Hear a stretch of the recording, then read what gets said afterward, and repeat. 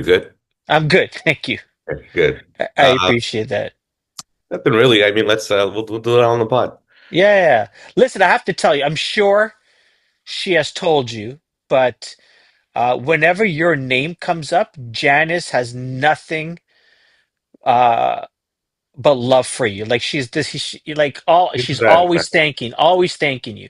She's the best. She's one of the most supportive people that I got in my corner. She's dope. Yeah, yeah, Yeah. she's really, really good. I've had a chance to get to know her well over the past year. She popped She's out of nowhere and just started yeah, yeah, like started coming to comedy shows and then one day hit me up and said she wanted to put on a comedy show and then she fell in love with producing and yeah, she's just been a part of the community since. yeah. She does a great job, and she seems to know everybody. Yeah. I And mean, when you start putting on shows, yeah. comics gonna try to get on them, so you're gonna meet everybody, right? Yeah, yeah, yeah, yeah, yeah. That's right. That's right. Um, Nitish, listen. First of all, thanks for taking the time. No, of course. Thanks for having me, man. Yeah, yeah. I know you're really busy. How did you get started in comedy? How did it start for you? Um, Man, when I was in high school, it was something like me and my buddy joked about, like, yo, we should go try comedy.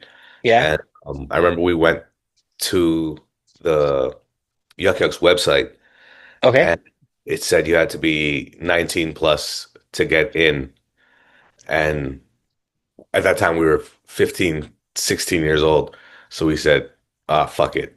We can't even do it. So we kind of just Okay. never thought about it again. Yeah. And then just later, after when I was in university, I dropped out of university, but when I was there, people would tell me, "Oh, you're funny. You should try stand-up comedy," and I just like brushed it off. I'm too Uh, young. Can't do it. yeah, and I dropped off. I dropped out of school, and I wasn't really doing much. And then I got this job at this call center for CI. Okay. Yeah. And I remember I was the youngest kid there. Everybody else was like an adult. They had families or, um, they were in college, just like. I was 19 years old, dropped out of university after my first year. I was just, I was literally the youngest kid there. And I would just, we all had our cubicles, but I would stand outside of my cubicle and I would just talk shit to everybody all day, just spend my time roasting people. And a lot of them were like, yo, you should try comedy. And because Yeah. I had nothing going on in my life, I was like, oh, maybe I should. And then I just Yeah. started going to the Yuck Yucks Tuesday night just to Yeah. watch. And I went to probably like three or four before the booker at the time. Fuck, I don't even remember his name. He was there for a little bit, not even, and he left after my first year. And then Fatima took over, but I don't remember his name. But he saw me there 4 weeks in a row, and he was like, "Yo, you keep coming. Are you trying to try comedy?" I was like, "I think so, but I don't know how to like the process works." And he was like, just like he explained to me, you got to call in and Yeah. your name and then call back and they release the list. But he was like, don't worry about that. Just come next week, you're on. And I was like, okay, sick. So Yeah. then I wrote all week, prepared for it, and then invited everybody I fucking knew, Oh, which I wow. realized was, if you're supposed to do that or not. But it actually went so well. It was such a good set. Um, and I just fucking fell in love with it. I'm just chasing that dragon ever since. Nice. Do you remember your first joke? I actually don't remember my first joke. Um, but it was a bunch of like, I don't know, if you watch my comedy now, I'm pretty mellow and slow paced. Yeah. At the time I was like, I probably told 1,000 jokes in that 5 minutes. Was it like one-liners? I don't know one-liners, but like probably not 1,000 jokes. So that was a big exaggeration, but Yeah. a lot of just really quick stories or, two or three lines or Yeah. like went to go take a piss. There was an old man. This is one of them. I went to go take a piss, and then there was this old man pissing, but he had his pants all the way down to his ankles. So I was like, I just finished taking a piss, and I helped him put his pants up. Some stupid shit like that. But I remember doing a bunch of little things. Yeah. Yeah, I took more racial risks at the time when I was Okay. younger. I think Okay. as I've gotten older, I've become a little. I still say some wild, absurd stuff, but uh, a little less. Um, I don't know. When I was younger, um, you're a product of your environment, right? I grew up in Rexdale, and I would speak the same way we all spoke, and I would make certain jokes, and I would say certain things that I wouldn't necessarily say now. You know what I'm saying? Yeah, yeah. Fair Uh, enough. and I was 19 when I started comedy, so it kind of transitioned into that. Um, and I'm 35 years old now, so as I've grown, my comedy grows and um, everything around that as a person, right? So Yeah, yeah. You get more experience, more life experience. yeah, and you're just like, there's certain things I wouldn't say now. Yeah, fair Right. enough. And I'm like, sometimes I'm like, man, I miss that fearlessness, Yeah. you know? Um, tell me about your, you said you've got sort of like a slow and mellow delivery. Um, Tell me about that because I've been trying to figure out which way, like for myself, do I, so there's your style, and then like one of my favorites is Dave Merhesh, and he's like like a maniac Yeah, on stage.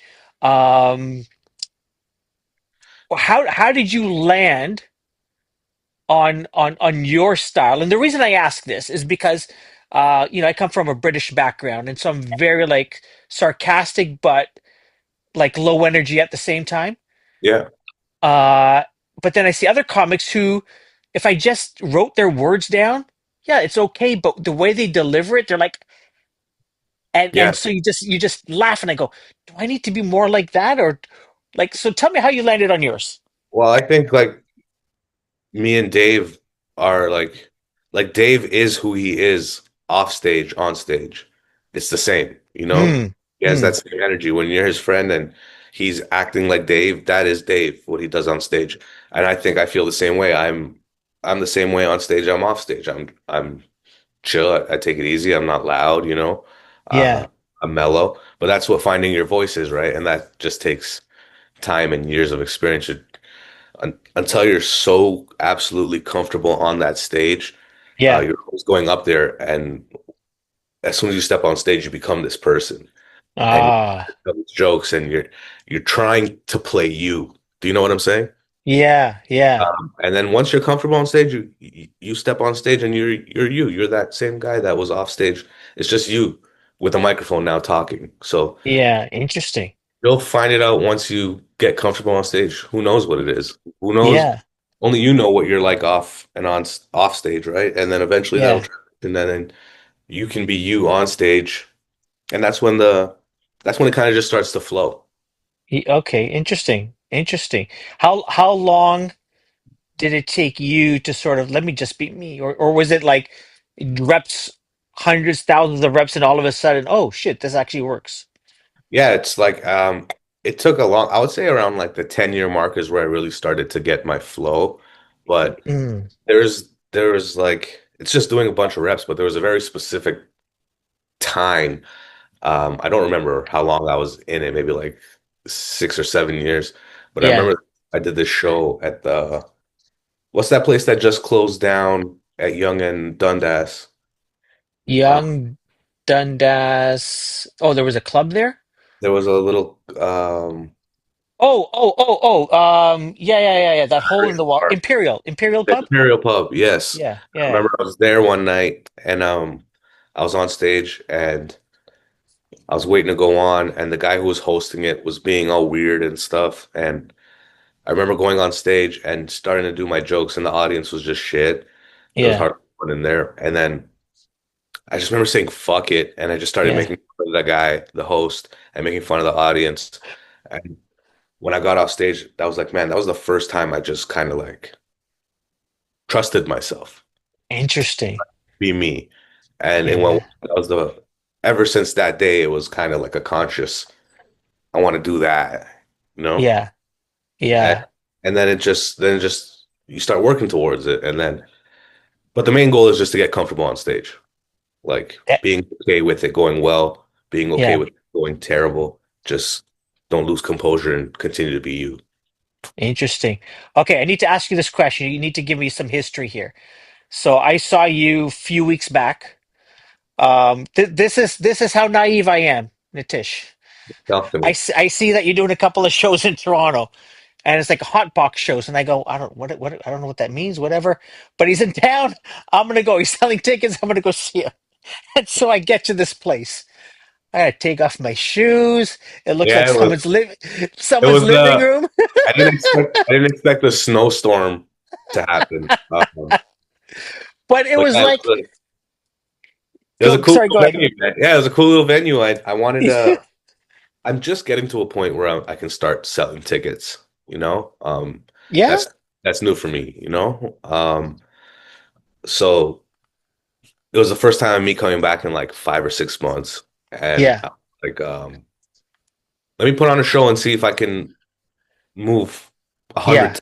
So I did four show, a little tiny, 25 seater. I put on yeah, four shows, and I was like, let me see if I can move 100 tickets. yeah. And, yeah, it was great, man. The shows were packed. It was a tiny little room. There was a snowstorm, so it wasn't somebody's house. It's like I a know, house. I know. Yeah, It was a house converted into a podcast studio yeah, that you smoke weed in. So I was like, yo, there's this couple that puts on shows there, and I asked them if I could use the space while they were yeah, gone. And yeah, it was dope, man. yeah. It's a little It art was. gallery. The guy lives downstairs. He lets us hotbox the upstairs. So you know, the living room, 25 seater. It was a vibe. Yeah, yeah. But so I found out then that these weed shows Hmm. were like so commonplace back in the day, and like a lot of comedians cut their teeth. That's where I started. Absolutely. Yeah, so tell me about that scene. It doesn't exist that much anymore. No, yeah, It was like this was pre-legalization. Legalization actually fucked a lot of it up. yeah, But before weed was actually legalized, all there was like 20, 30 lounges in the city where you can just go get a little volcano, those bags, those yeah, vaporizer bags. You can go smoke a joint in there. And they just started off as lounges and they were all over the city. And then people started doing comedy shows in them. And then every single one started having comedy shows. And um, there was a time when you first start out, it's tough to get on shows. People don't know who you are. You got to hang out a lot, and it was tough for me to get booked. But the places that I was always getting booked, because they would pretty much take anybody at the time, was all the weed spots. So I started going to all the weed shows and just performing there, and then learning because they don't laugh out loud at your material. yeah. Everybody gets so high that they just watch. They're having a great time. They smile. You do get laughs, but when you get a laugh, you're like, oh shit, that was really funny to get them to laugh Int out loud. So it made me good because I learned to perform for silence, you that's know? Uh, interesting. and then you learn to crack them and you're like, oh, if I can make these guys laugh out loud in a bar when people are drunk, oh, it's gonna be fucking easy. That's interesting. Wow. It's like And putting yourself in a tough situations makes yeah, you. yeah. That's really, That's really what weight rooms interesting. are. Weight rooms are tough situations because people think it's gonna, in theory, it Yeah. sounds like it'll be great. Bunch of stoners giggling their asses off, but Yeah. that's not what weed does to you. In reality, you just It's fuck. so this was your first time like producing, selling a show? Mm-mm. No, I've been doing that my whole career, but I'm Yeah. saying I finally got to a point where I'm putting on a show, Mm. and just by me saying I'm putting on a show, I can start selling tickets. Yeah. It's not like me putting on a show and then I gotta go put up posters everywhere and like Yeah. people come out. Like if I say I'm gonna do a show in a certain area and there's people there, there's more interest. My following is growing, you know, Yeah. and it's Fair finally enough. to a point where I'm like starting to move some tickets when I go to places. Nice, nice. What made you go to the States? Um, I just feel like there's a lack of opportunity in Canada, Okay. industry wise. Yeah. Like if you blow up on Instagram and you can do it yourself, you can survive anywhere. But Yeah. um, I wasn't fortunate enough to have that path. You know, I'm Yeah. still I've been 15 years. I'm still grinding it out. Finally starting to grow the socials and stuff. It's starting to happen, but uh, I feel like there's only like two major networks in Canada. Hmm. Like there's no real push for stand up like that to make money. Networks, you talking television or? Yeah, like television, Okay, okay. or even just companies invested in comedy like that. Yeah, Uh, it's just America is the land of opportunity, man. There's just so much more that can happen here. yeah, So the goal was always to move to the US, but I tried to get my visa yeah. and I realized how expensive it was Oh shit. because it costs you almost like 15 grand Canadian, Whoa. So then you have to get an American immigration lawyer. It's like 12 grand US in total, something like that. Yeah. Um, so as I started on that path of doing that, I realized how expensive it was, and I couldn't just drop that. So I also needed to get a PR agent. That was another 3 grand, and it was just a lot of money stuff. So I kind of put it on the back burner Yeah. because I spend money like that, and I wasn't thinking about it as much. And then I got signed to Comedy Records, kind of came out of Okay. nowhere, and they got me my visa. Um, Oh shit. I was a part of the deal getting signed. They got me my visa. It happened really fast, happened Y- unexpectedly. So I got it, and then it's a 3 year O1 visa. So I was like, I got to take advantage of this. So I got it mid-August, and I left October 1st. Mhm. Uh, I was moving to New York originally. That was my original plan. Uh, Okay. Yeah. I had I was spending a lot of time there. I was going there every couple weeks. I was making my inroads. Yeah. And, but I have friends in Los Angeles who do a podcast out here. Um, and I would do it sometimes whenever I come out here. They're not comics, but you know, they're they have a pretty popular podcast. So I actually just called him maybe 3 or 4 weeks before I was about to move, and I was like, "Yo, I'm moving to New York. I'll be in the States, so I can come do your pod more often whenever you need me." And without skipping a beat, he was like, "Yo, fuck New York. Come to LA and be my co-host." And I was like, "What, Dude. really?" I was like, "Really? I was just calling to tell you like that I'm Yeah. going to America." He was like, "No, fuck it. Come to LA." So I'm a firm believer in go where you're wanted, you know? So I pivoted and I went to LA and now I'm here. Look at you. Look at you. How's it been? It's been tough. Probably Hmm. like the hardest time. That's the realest answer. Sorry to interrupt. That's the realest answer anyone has ever given me. No one has said, people would say, it's going good, man. It's going, I mean, wow. it's starting to go well, but Yeah. it's been fucking hard, dude. My first 8 months were probably the hardest 8 months of my life, Shit. because I dropped everything. You go from putting 14 years into your comedy scene in your city. I was at the top of the totem pole, with a few Hmm. other people. I could do whatever I wanted out there. It was great. Yeah. Uh, and then, I was in a relationship. I was with my girl. We were engaged. Yeah. I had all my animals and shit. And then I got this shit, and then I had to go. So I Yeah. moved. And the first 4 months were like, they were pretty shit. Just Mm. no. Also coming to a new scene, nobody knows who I am. So New scene. you Yeah. start at the beginning. You have to earn your way in, and then like 5 or 6 months into it, me and my girl broke up. Mm. Right, so I went back, packed my shit, got in my car, and drove out here. Brought my ar out here, and then Wow. and it's just been a grind. But then I started touring with this guy named Renee Vaca. Okay. I met him in Toronto. He would take me on the road sometimes. So that was really cool. He helped me out a lot. And then I got introduced to Russell Peters right after that. And just, man, that guy's changed my life too, He's fucking, Mm. that came out of nowhere. It's been blessings all around, but it took Yeah. time, It's been like what, 15 months now, and I got friends again because you have to do everything from the beginning, You can start all over, man. It's just hard as a grown man to Yeah. let go make friends again. You Let's know? go make some new friends. Like I'm in kindergarten or something. Yeah. And at some point you're like, man, this is tough. You think to yourself, it's not going to happen, Yeah, but time heals all, so here we that is are. that is good news, man. Are you touring with Russell, like to India or something? Has that Yeah. happened, or No, we leave on March 9th. that's amazing? That's gonna be very cool, man.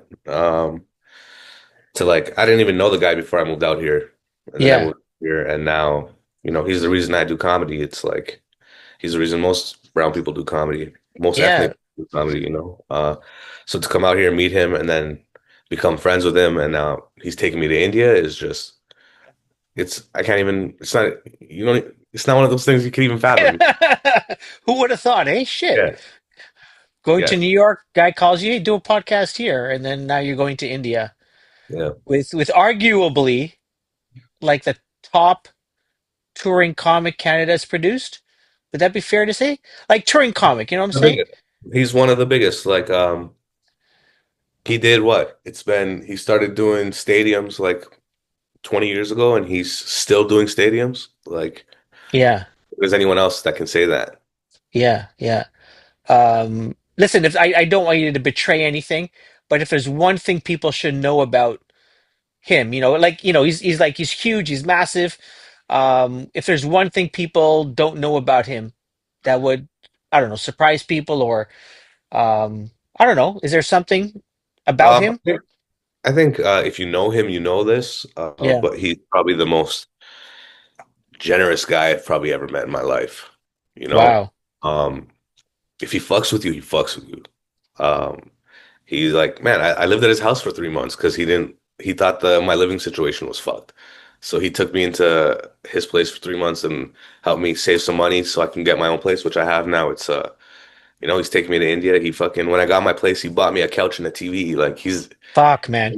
dude, he's like, and for no reason at all. Yeah. He only started to help me out to look after me because his boys like Kenny Robinson and John Paul, Ron Drossel told him to look out for me.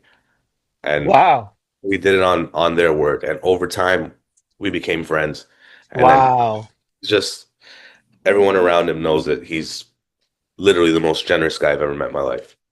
He did a podcast. I can't remember the dude's name. I should. He's Dave Chappelle's former partner.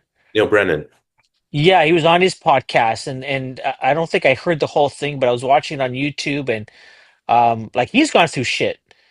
for sure. And but then I've also heard stories where like he'll give the shirt off of his back for people. Um, He's the man, dude. I'm telling you. yeah. It's just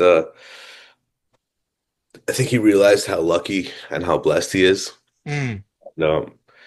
But the thing is, he's not a very sentimental guy, so he doesn't want to talk about it. He'll never talk about Fair. it. Yeah, yeah, He'll never bring it up. He'll never mention it to you again. yeah. He'll It's just something he does and then It's just moves who on. he is. That's who he is. Yeah. You said a name, Kenny Robinson. Tell me about him. I've talked to a couple of people. He's like an unsung hero to He's me. Like he Yeah, they seems to call him the me. godfather of a Canadian comedy. He does the Nubian show the last Sunday of every month. It's Yeah, the all black comedy show. It's the yeah, ethnic comedy show. yeah. Because I think black in Canada and America mean different things, I guess. You know? But he's the man. He's been doing it for I don't know 40 years or some shit like that. He's been around since Russell started. Um, and he's still around championing comics, giving them chances on his show, which is a great honor to Yeah, do. Helping out guys like me. He's always been great to me. But yeah, to I've been out here, and unbeknownst to me, I didn't even know he did it. Russell told me that those guys did that shit. They didn't. yeah. I didn't know they were gonna do it. So That's awesome, man. it's just the OGs looking out, and Yeah, yeah, I hope to return the favor one day. yeah. What's Well, let me ask you this. Was there a point where you look, I don't know, you looked at yourself in the mirror, you had that moment, you go, shit, this is I've made it. Like I'm actually doing this for a living. I'm happy or I'm successful. Was there a moment in time that you remember that clicked for Um, you? I don't think it's truly clicked because I wouldn't Okay. say I've made it yet. Yeah. Only in the sense of financially. Fair You know enough. what I mean? It's Yeah. still comedy. I'm still not making much. You know Yeah. what I'm saying? But But you're I not see a working at light, Arby's during the day. exactly. I see a light at the end of the tunnel, you know? Yeah. But absolutely, man. I have to remind myself that all the time. It's one of those things, Yeah. comedy's so easy to get down on yourself and be like, man, why didn't I get this? Or why didn't I get that? Why am I Yeah. not on this show? Blah, blah, blah. But then sometimes I'll catch myself just driving through LA and there's palm trees and I see these mountains in the back. The sun is shining. Yeah, there's a crazy homeless man jerking off in the corner, but everything else is beautiful, you know? And I'm here, man. We did it. I can't believe it sometimes. And I gotta remind myself to where I was 2 years ago. Like I Yeah. can't even imagine the shit that's Yeah. going on, you know? Um, what's sort of what's next for you? Not in terms of, I'm going to India, I'm doing some tourism. Like what's your next rung on the ladder? Um, who knows, man? Um, I hope anything and everything, man. I just kind of go with the flow. Yeah.